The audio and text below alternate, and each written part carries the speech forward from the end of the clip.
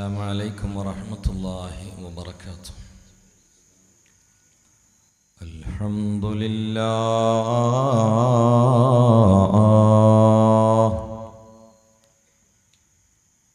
الحمد لله رب العالمين.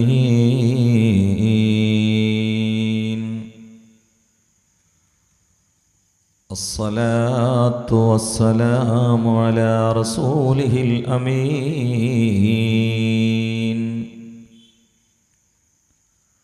وعلى آله وصحبه أجمعين.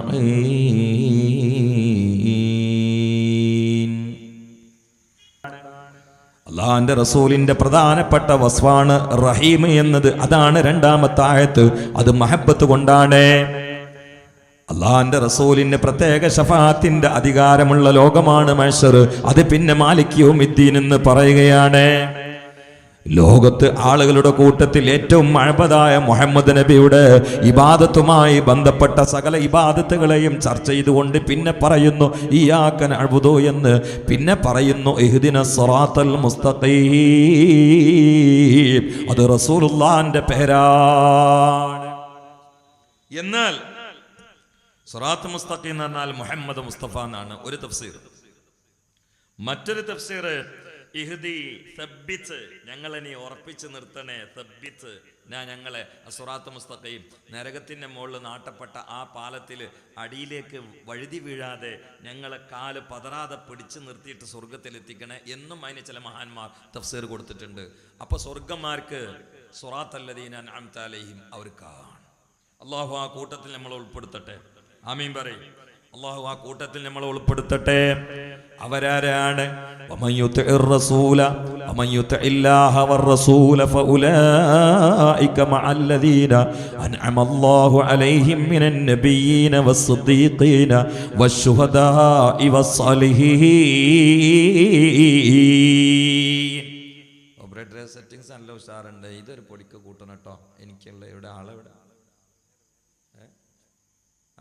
എവിടെ? ഞാൻ കാണുന്നില്ല ആള്. നല്ല ഉഷാറുണ്ട്, കുഴപ്പമൊന്നുമില്ല.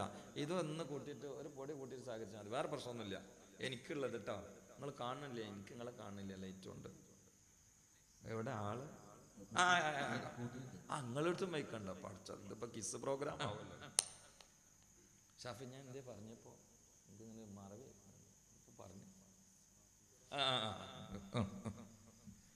ഇപ്പൊ ഇവിടെ ഇരുന്നിട്ടാണ് ഇവിടെ പറയുന്നത് എന്താന്ന് ഇങ്ങനെ ചിന്തിക്കണം. ഇവിടെ ഇരുന്നിട്ട് അപ്പൊ പിന്നെ നിങ്ങൾ കൂടെ ഉണ്ടെങ്കിലേ ബാക്കി പറയാൻ കഴിയുള്ളൂ. അതുകൊണ്ടാണ് ഇഹ്ദിനസ് സിറാത്തൽ മുസ്തഖീം. അവരാണ് സിറാത്ത് മുസ്തഖീമിൽ പിടിച്ചു നിർത്തണേ. അപ്പൊ സിറാത്തൽ ലദീന അൻഅംത അലൈഹിം, അവരാണ് സ്വർഗത്തിന്റെ അവകാശികള്. അവരാരാണ്? ഫഉലൈക മഅല്ലദീന അൻഅമല്ലാഹു അലൈഹിം മിനൻ നബിയ്യീന വസ്-സിദ്ദീഖീന വശ്-ശുഹദാഇ വസ്-സാലിഹീൻ. സ്വർഗത്തിലേക്ക് 4 കമ്പാർട്ട്മെന്റേ ഉള്ളൂ. ട്രെയിന് വലിയതാണ്. ഒരു കമ്പാർട്ട്മെന്റിൽ അമ്പിയാക്കളാണ്. അവിടെ റിസർവ് പൂർത്തിയായിട്ടുണ്ട്, ഇനി കിട്ടൂല. മറ്റൊരു കമ്പാർട്ട്മെന്റിൽ സിദ്ദീഖീങ്ങളാണ്. അതൊരു അബൂബക്കർ സിദ്ദീഖ് റളിയല്ലാഹു തആല അൻഹു മാത്രമല്ല, പിന്നെ സിദ്ദീഖ് റളിയല്ലാഹു തആല അൻഹുവിന് ആ പേരിൽ അറിയപ്പെട്ടുകൊണ്ട് അത് മാത്രം പറയാൻ നമ്മൾ ആവേശം കാണിക്കുന്നത് സിദ്ദീഖീങ്ങളുടെ റഈസാ സയ്യിദുനാ അബൂബക്കറിന് സിദ്ദീഖ്.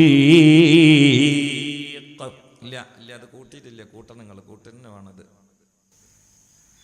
സിദ്ദീഖ് അങ്ങനെ കൂട്ടി. നിങ്ങൾ സാധനം ഉണ്ടെന്ന് എനിക്കറിയാം. മൈക്ക് മാത്രമല്ല, കൂട്ടാൻ നിങ്ങൾക്ക് കഴിയുമെന്ന് എനിക്കറിയാം.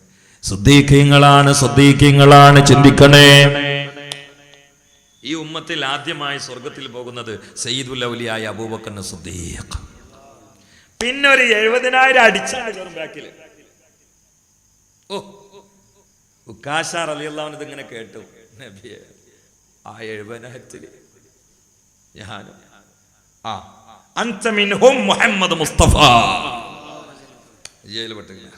അപ്പൊ വേറെ സാബി നിശ്ചിട്ട് അറിഞ്ഞു ഒരു ടിക്കറ്റ് എനിക്ക് സബക ബിഹ ഉക്കാശ മുഹമ്മദ് മുസ്തഫ.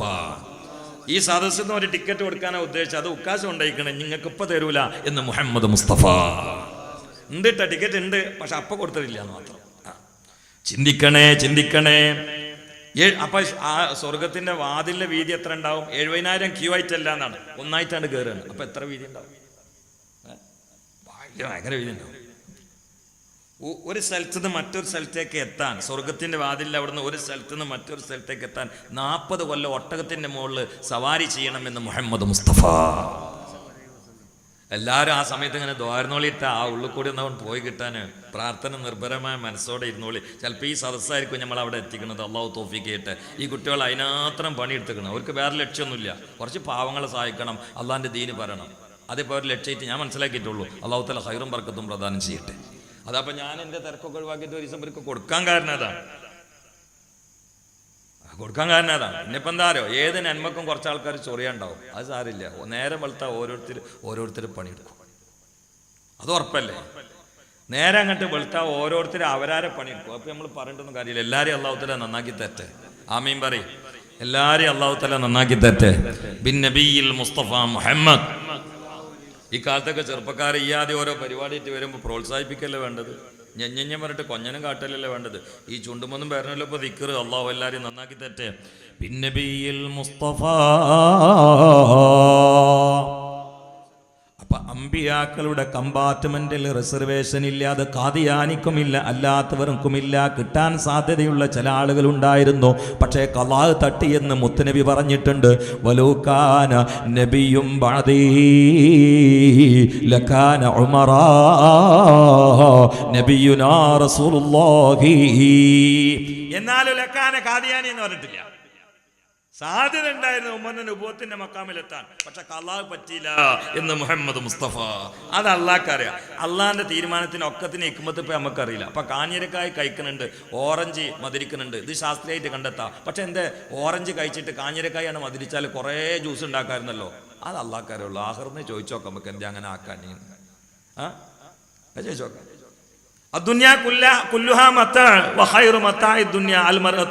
ഇങ്ങനെ ഹദീസ് ഉണ്ട്. ദുനിയാവ് മൊത്തം ഒരു ചരക്കാണ്, അതിൽ നല്ലത് നല്ല പെണ്ണാണ് എന്ന് മുത്തുനബി.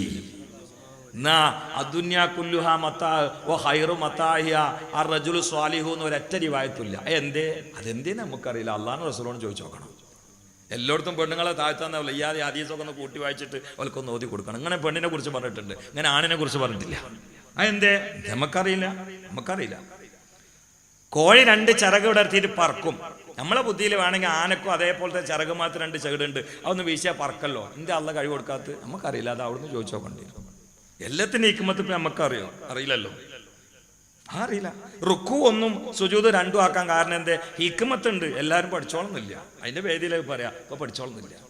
പക്ഷെ ചിലതിനൊന്നും ഹിക്മത്ത് കിട്ടൂല. എന്നപോലെ മുഹമ്മദ് നബിയെ ലോകത്തെ ഏറ്റവും വലിയ അഫ്ളലാക്കി. എന്തേ? വല്ലാഹു യഅലമു ഹൈതു യജ്അലു റിസാലത.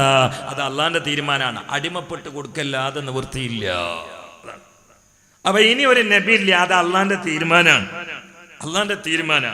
എന്നാൽ 3 കമ്പാർട്ട്മെന്റ് ബാക്കിയുണ്ട്. അതൊന്ന് സിദ്ദീഖീങ്ങളുടെ കമ്പാർട്ട്മെന്റാണ്. ഇന്നും ഉണ്ടാകാം സിദ്ദീഖ്. അവരാരാണ്? ഈമാന് കൊണ്ടും അനുകരണം കൊണ്ടും നിയ്യത്ത് കൊണ്ടും മുത്തുനബിയോട് സാദൃശ്യമായി ഒട്ടി നിൽക്കുന്നവരാണ് സിദ്ദീഖ്. മുത്തുനബിയെ തൊണ്ട തൊടാതെ വിഴുങ്ങുന്നവരാണ് സിദ്ദീഖ്. പിന്നെ ശുഹദാക്കളാണ്. ഇന്ത്യ രാജ്യത്തിന്റെ ഇപ്പോഴത്തെ അവസ്ഥയിൽ വിലപ്പോവുകയില്ലെങ്കിലും അവരുടെ മക്കാമിലെത്താനുള്ള പ്രവർത്തനങ്ങളുണ്ട്. അതിൽ പ്രധാനപ്പെട്ട പ്രവർത്തനമാണ് ഈ പ്രവർത്തനം. മൻ തമസ്സക ബിസുന്നതി ഇൻദ ഫസാദി ഉമ്മതി ഫലഹു അജ്റു മിഅതി ഷഹീദ്. അല്ലാഹുവിന്റെ റസൂലിന്റെ ഉമ്മത്ത് കെട്ടുപോകുന്ന സമയത്ത്, സുന്നത്തുകളിൽ തിരോഭവിക്കുന്ന സമയത്ത്, അനാചാരങ്ങൾ സദാചാരങ്ങളുടെ പരിവേഷ സമൂഹമധ്യേ കളിയാടുന്ന കാലത്ത് റസൂലുള്ളാഹിന്റെ സുന്നത്തിന്റെ നിലനിൽപ്പിന് വേണ്ടി കഠിനയത്നം നടത്തുന്നവർക്ക് 100 ജഅഫർ ഇബ്നു സാദിഖിന്റെ പ്രതിഫലമാണ്. ഹംസത്തുൽ ഖറാറിന്റെ പ്രതിഫലമാണ്. അനസ് ഇബ്നു നളറിന്റെ പ്രതിഫലമാണ്. കുഞ്ഞാലി മരക്കാരുടെ പ്രതിഫലമാണ്. കുഞ്ഞി മരക്കാരുടെ പ്രതിഫലമാണ്. നബിയുനാ റസൂലുള്ളാഹി.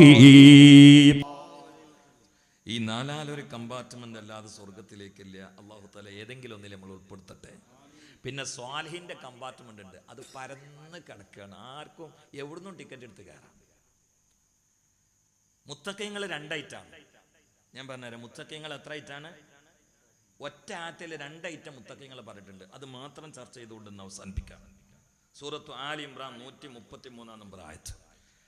അഊദു ബില്ലാഹി മിനശ് ശൈത്വാനിർ റജീം. ബിസ്മില്ലാഹിർ റഹ്മാനിർ റഹീം.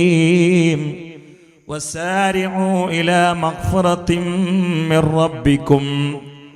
നിങ്ങളുടെ റബ്ബിന്റെ പള്ളിയിൽ നിന്ന് ഹയ്യാലസ്സലാ എന്ന വിളിയാളം കേട്ടാൽ 1-ാം തക്ബീർ വേണ്ടി സ്പീഡിൽ വന്നോ. അതാണ് ആ ആയത്തിന്റെ ഒരർത്ഥം.